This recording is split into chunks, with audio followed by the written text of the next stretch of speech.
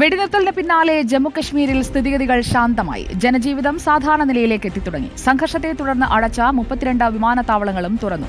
അതേസമയം അതിർത്തികളിൽ BSF നിരീക്ഷണം ശക്തമാണ്. ये पिछले 2-3 दिन कैसे रहे? It's okay, fine. It was some disturbance at the borders near some airspace violations, but government has given the clarification of everything. But to here it is all now peaceful. No disturbance here from last 2 days. അതിർത്തി മേഖലയിൽ വെടിയൊച്ചകൾ നിലച്ചു. 3 ദിവസം നീണ്ട ആശങ്കകൾ മാറി. ജനജീവിതം സാധാരണ നിലയിലേക്ക്. പാർക്കുകളും കടകമ്പോളങ്ങളും വിനോദസഞ്ചാര കേന്ദ്രങ്ങളും വീണ്ടും സജീവമായി. സംഘർഷം രൂക്ഷമായപ്പോൾ അതിർത്തി മേഖലയിലെ 32 വിമാനത്താവളങ്ങൾ താൽക്കാലികമായി അടച്ചിരുന്നു. സുരക്ഷാ അവലോകനത്തിന് പിന്നാലെ വിമാനത്താവളങ്ങൾ തുറന്നു പ്രവർത്തിക്കാൻ തീരുമാനമായി. ഉറി, കുപ്വാര തുടങ്ങിയ ഗ്രാമങ്ങളിൽ നിന്ന് സുരക്ഷിത കേന്ദ്രങ്ങളിലേക്ക് പലായനം ചെയ്ത ജനങ്ങൾ തിരികെ നാടുകളിലേക്ക് എത്തി. അതിർത്തി മേഖലയിൽ ശക്തമായ സുരക്ഷ തുടരുകയാണ്.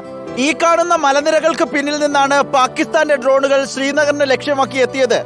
2 ദിവസം മുൻപ് ഭീതിയായിരുന്നുവെങ്കിൽ ഇപ്പോൾ ഇവിടെ സ്നേഹത്തിന്റെയും സന്തോഷത്തിന്റെയും ശാന്തിയുടെയും കാറ്റ് വീശുകയാണ്. ശ്രീനഗറിൽ നിന്നും വീഡിയോ ജേർണലിസ്റ്റ് മനു ബാലകൃഷ്ണനൊപ്പം reporter Adil Palode, in reporter Kashmir.